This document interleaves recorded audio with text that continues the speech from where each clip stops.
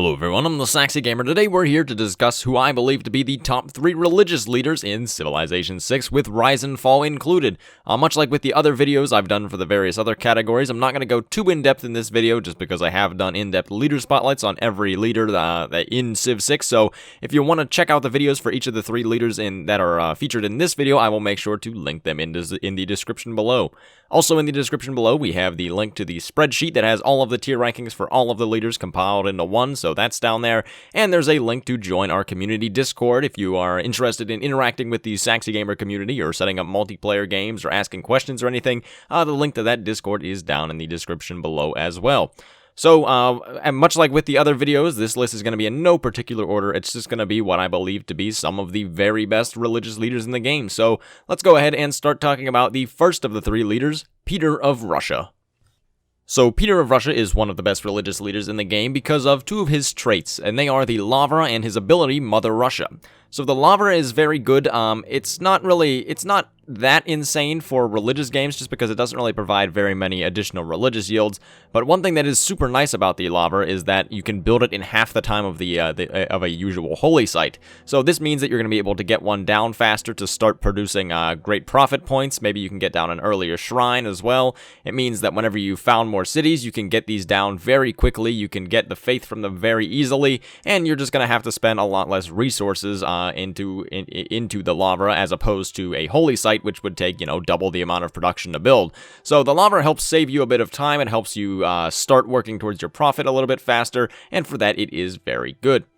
One of the other things that makes Peter such a very good religious leader is his Mother Russia ability, and what that one does is it's the one that provides +1 faith to all of his tundra tiles. It does provide production as well, but I'm really just focusing on the faith part of it. Same thing with the Lavra. The Lavra does other things that make it very good, but I'm not really going to focus on those. But Mother Russia, the bonus faith from Mother Russia is very, very nice.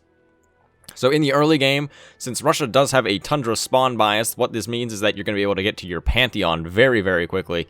So being able to get to the Pantheon very fast is important on Russia because it means that you have the option to take very good religious pantheons such as Earth Goddess or Dance of the Aurora, I believe is the name of it, the one that provides additional adjacency from tundra tiles.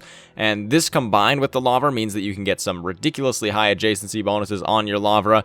You can get multiple faith yields from each tundra tile when you combine Mother Russia with Earth Goddess. So Mother Russia just kind of allows you to get a lot more flexibility with what Pantheon you want to get. It allows you to better utilize Pantheons, and the Mother Russia combined with the Lavra allow you to just get a lot of faith per turn, which is very, very nice for a religious victory. Peter does have some weaknesses, though, and just some things to consider when playing him, and the first one is a really big one, and that is that's that he is very terrain-reliant. So whenever you're playing as Peter, if you're going to go religion, you pretty much want to stick to the tundra, because the tundra is going to give you a lot more faith than other places will, because whenever you're in the tundra, you're going to be getting 1 faith from pretty much every tile that you're working, so that's gonna stack up quite a bit as you settle more and more cities, and if you're not settled in the tundra, then you're going to be losing out on that. This can be mended a little bit if you get Earth Goddess, but even so, then the amount of faith that you're going to be getting is still going to be less if you're not in the tundra. So that terrain reliance is a little bit of a bummer, because if you get bad spawn luck, then you're just going to be kind of out of luck for that. And if you don't like playing in tundra because tundra yields are not particularly great, then you're going to be out of luck once again. The other con to playing Peter is that he doesn't really have any bonuses to earning his profit. The one thing, as I mentioned, is that with the Lavra, you are able to place down the district a little bit faster, but outside of that, there is no bonus. You don't really have any ability to, such as like with Greece or someone, to run a policy card to get you more great profit points, or we'll talk about the next person in just a little bit here, but with Russia, you really don't have any bonus to earning your profit, and earning your profit is it is the most important part of playing any religious game, because if you don't get your profit, then you don't get your religion. And as I mentioned, you can put down the Lavra a little bit faster to start earning profit points a little bit quicker, so it is mended a little bit with Peter, but outside of that, he doesn't have any bonuses to that, but overall, I think that Peter is a very strong religious leader. Let's go ahead and move on to our second leader, Saladin of Arabia.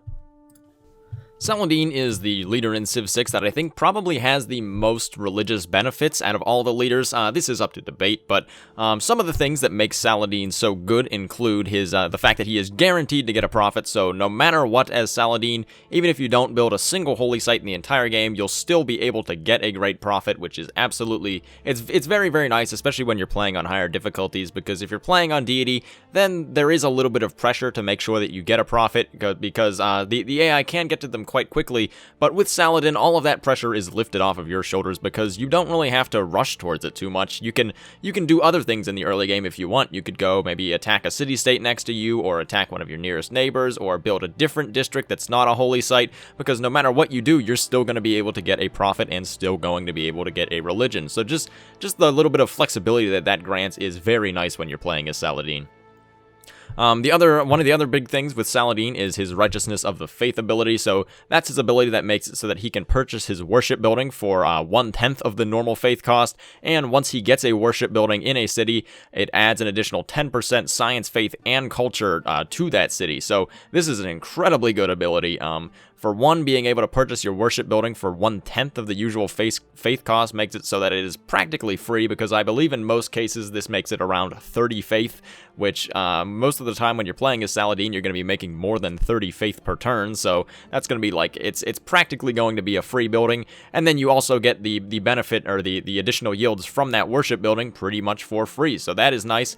But then you also get that 10% additional faith from having worship buildings in your cities, which that will stack up very, very quickly, and that can be a very nice boost to your faith output. And as I've said multiple times throughout the Leader Spotlight series, I think that faith per turn for a religious victory is pretty much just the one thing that you absolutely need, and the biggest proponent to making you a good faith leader, because getting high amounts of faith per turn allows you to purchase a lot of religious units, spread your religion even more, fight more religious combat, and just be generally more proficient in the religious world. So getting an additional 10% faith per turn is just very good, and it's something that no other leader in the game is going to get. So Righteousness of the Faith, I think, is one of the best parts about Saladin, because you get that practically free worship building and 10% additional faith. Not to mention the 10% additional science and culture, but that's very good, but it doesn't really apply to religion, so I'm not going to talk about that part too much. And the last pro to Saladin is his Madrasa. So the Madrasa is a bit more of a science thing than a religion thing, but it does kind of work to kind of go for both. So the Madrasa is his university replacement, and what it does is it makes it so that you receive faith equal to the adjacency bonus of the campus district that you build it in. So this can just go to provide you a little bit more faith per turn. This one is a little bit less consistent than some of his other bonuses, because you're not always going to have great campus adjacency bonuses, but the Madrasa, if you're able to get at least a few decent campuses down, can just provide a little bit more faith per turn, which, as I mentioned, is very important to a religious victory. So Saladin, as good as he is, has one very big weakness, and that is that he definitely has a weaker early game than some of the other leaders that are on this list. Although he is guaranteed a profit, he doesn't really have anything before he gets to his Mamluks and his Madrasas and his worship building to make him a very good leader, because once, until you get that apostle that you're going to be able to get your worship building, or, I guess you could get it when you found your religion, but until you found your religion, or until, you get to your second apostle, assuming that you don't pick the worship building as one of your first beliefs, then Saladin is going to be a little bit weaker until you get there. So for that early game, he is going to be a little bit vulnerable. You are kind of vulnerable to an attack, but once you reach your Mamluks, once you reach your Madrasa, and you make sure that you get your worship buildings out, Saladin is just an absolutely incredible religious leader, and in my opinion, I know I said I wouldn't rank the leaders, I personally think that Saladin is probably the best religious leader in the game. But now let's go ahead and talk about our very last of these top 3 religious leaders, a Manator of Nubia.